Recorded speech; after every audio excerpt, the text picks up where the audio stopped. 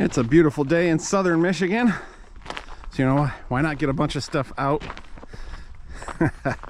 What I'm going to do today is spread some oats for cover crop seed on what was wheat this year. Wheat stubble. It's been disked once to knock the weeds down, because right now the oats are in the big green wagon. I would like to have the big green wagon available for harvest. So filled her up. I already had the 1800 out to move some other stuff around, so it's a nice day. It's a nice tractor to drive. A little four-wheel drive action that we probably don't even require.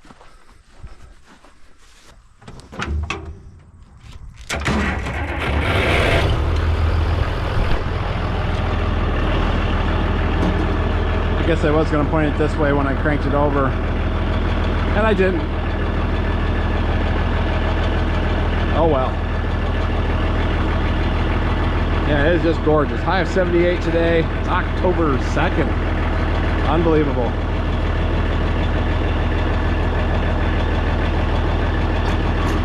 This is a C-Series 1800. And one of the defining things of a C-Series is tilt steering wheel.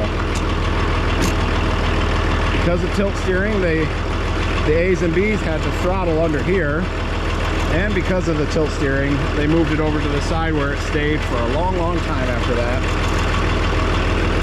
Kind of hard to have a throttle that's, you know, wandering around on you like that. The tilt steering is definitely nice. Also telescoping. I believe this actually has a steering motor out of a combine. It steers slow. I should do the upgrade on this one, just because, man, it takes a lot of turns to turn. That just has to do with the volume. I think combines had a smaller volume pump because the steering cylinders were smaller on them. I could be wrong.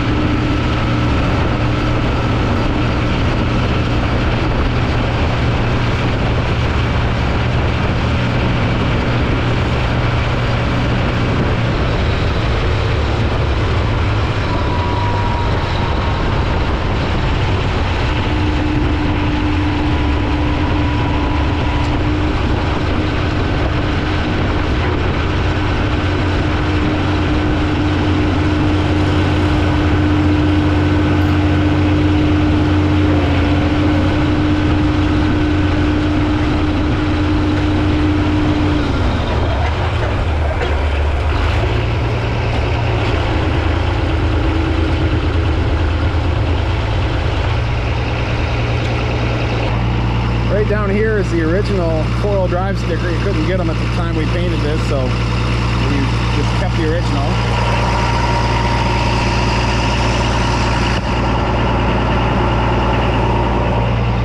And looks like I need to roll just a little bit to get the stuff to line up.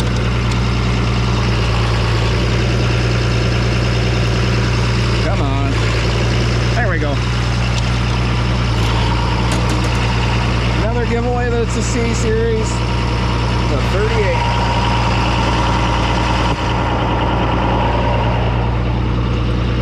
And 848 was the transmission code for most of the four-wheel drive 1800s. Alright, let's get this show on the road. Don't really have time, but I'm still gonna make it, and it'll only take a day to disc this stuff again. Knock the deep weeds down one more time and get the seed incorporated. One time after a plow day, I spread oats, and you know, it's freshly plowed ground. It rained like a day or so later. I thought, well, that'll get them all going. I don't have to incorporate them, and they did not grow. These guys that are flying on cover crops, I suppose if it's before harvest, a lot of it's going to get driven into the ground by tire pressure, but short of that, it's like especially when it's dry like this. Let's make sure it's all going to do what it's supposed to do. Spinning, spinning, spinning, spinning. Did a little looking on the interwebs, and oats are about 26 pounds per cubic foot, which is not on my chart. About 50 is twice that. I want to put on somewhere around 100 pounds an acre. So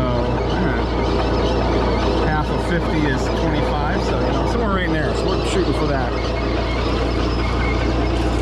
Right, wrong, or otherwise.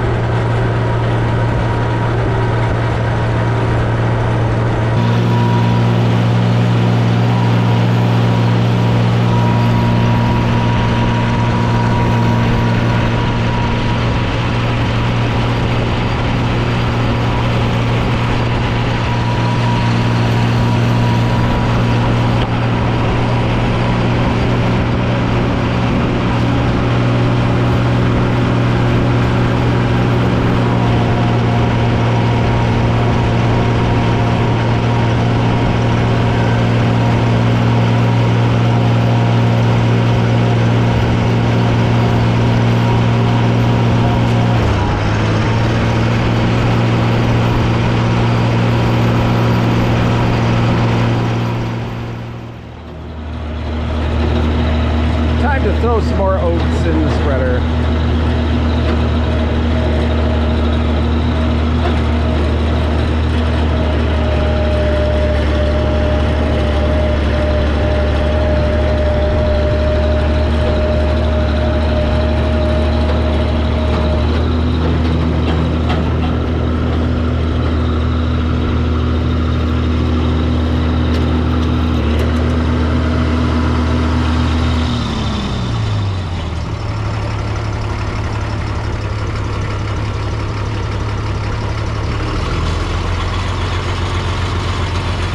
Do it my crazy way with a skid steer.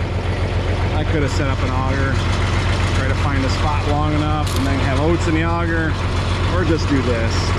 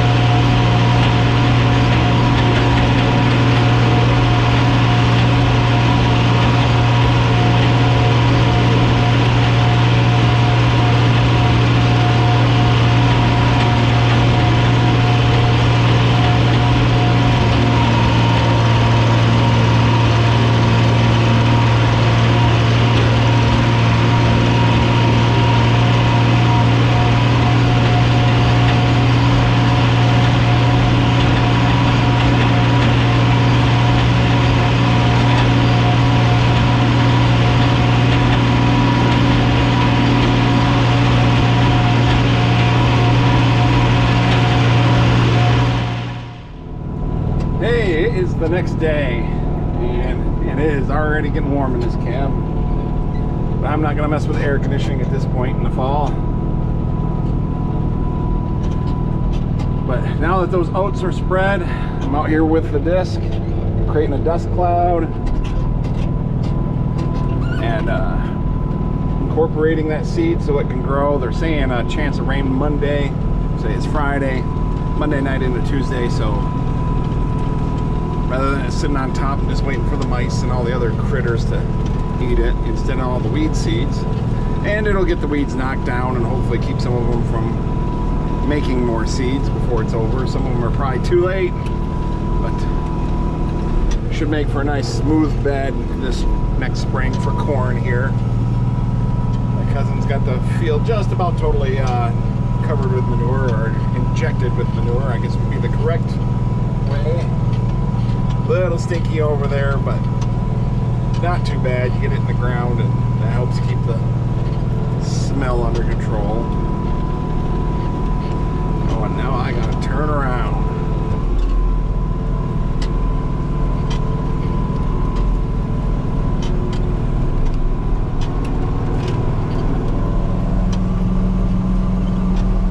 Got pretty cool last night, down in the 40s, so of course heavy dew.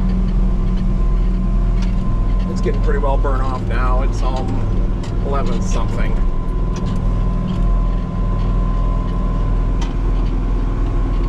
I think, I don't know, from what I see online, a lot of you guys, you get out, farther south where the nights aren't as cool, humidities aren't as high because we got all the water in Michigan.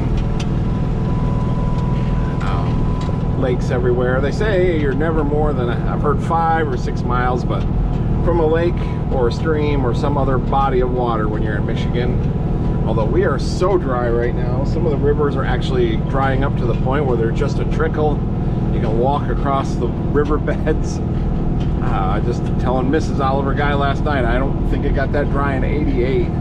We had steady rains all summer long, so the weeds grew out in this field. The crops grew good, but it was always like just getting it in the nick of time type of thing, never any excess like some areas had. So it didn't take long for things to dry out once the rain stopped.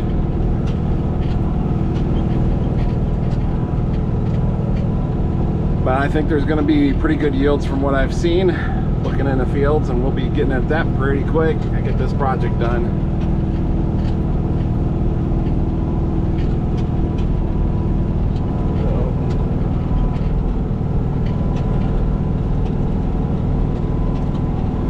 Was I going to say?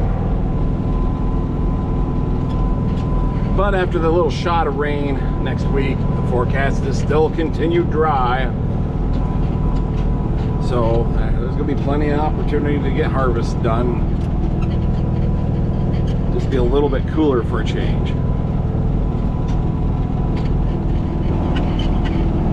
High of 85 today, even though it was down in the 40s overnight. This is crazy. This field is about 45 acres, or close to it. A little over 50 if you add in the hay I've got over there. The odd shapes with the electric poles going along the edge of the field. It just makes it a good spot to put hay. I'm sure the spray guys appreciate it because point rows, short passes, works all right for hay. Not in such a rush there, but those are my beans over there. They're looking good. That's my corn over there. I'm happy with the way that looks. I think everything's frost proof at this point. Frost will only help us kill some of these weeds, get any straggler beans that are in low spots and around the edges that like to drag on. They just always go through the combine better after a good hard frost. The stems die, doesn't take so much horsepower. The green stuff will make it harder to separate the grain from the chaff. So when it's all dry, the combine does a better job and less wear and tear.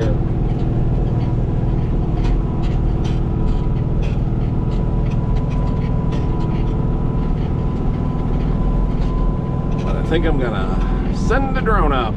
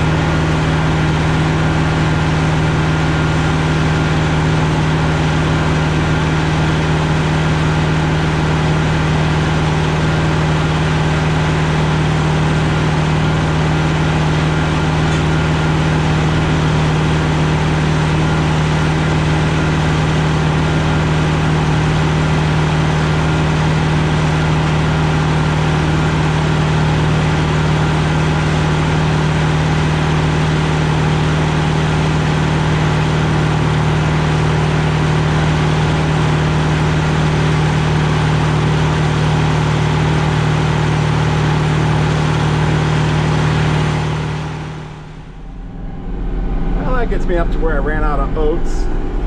Right here's where I plowed. He's already nice manure in there.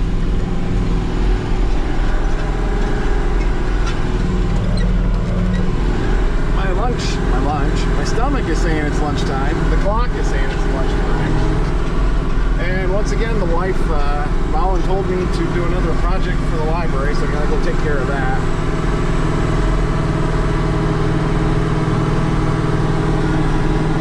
I'm not sure if she knows what time of year it is sometimes.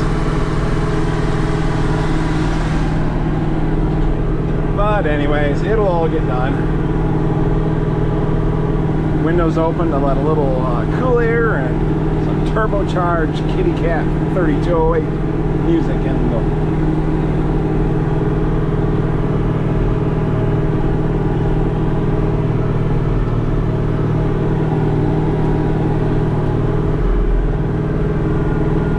hunters are out hunting.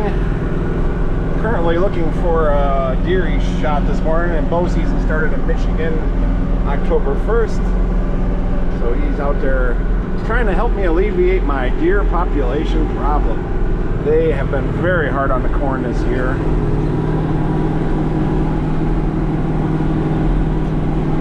And the population's getting bad enough, they're starting to be diseases popping up. EHD, which I don't remember what it stands for, but it's a parasite the deer get, and it kills them.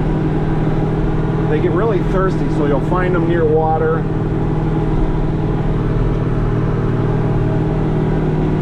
Dead. He found a big buck looking for his one he shot that was dead, so he's wondering if that was it. I've heard or seen online that chronic wasting disease is rearing its head up in the thumb area of Michigan.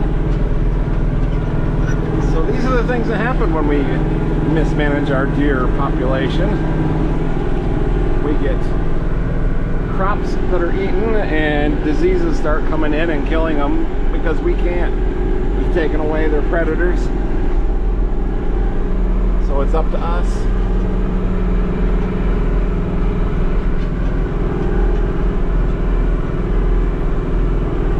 But enough soapbox. I'm gonna go put food in his belly and make the wife happy and continue on with life. Hope you enjoyed it, and I hope to see you in the next one.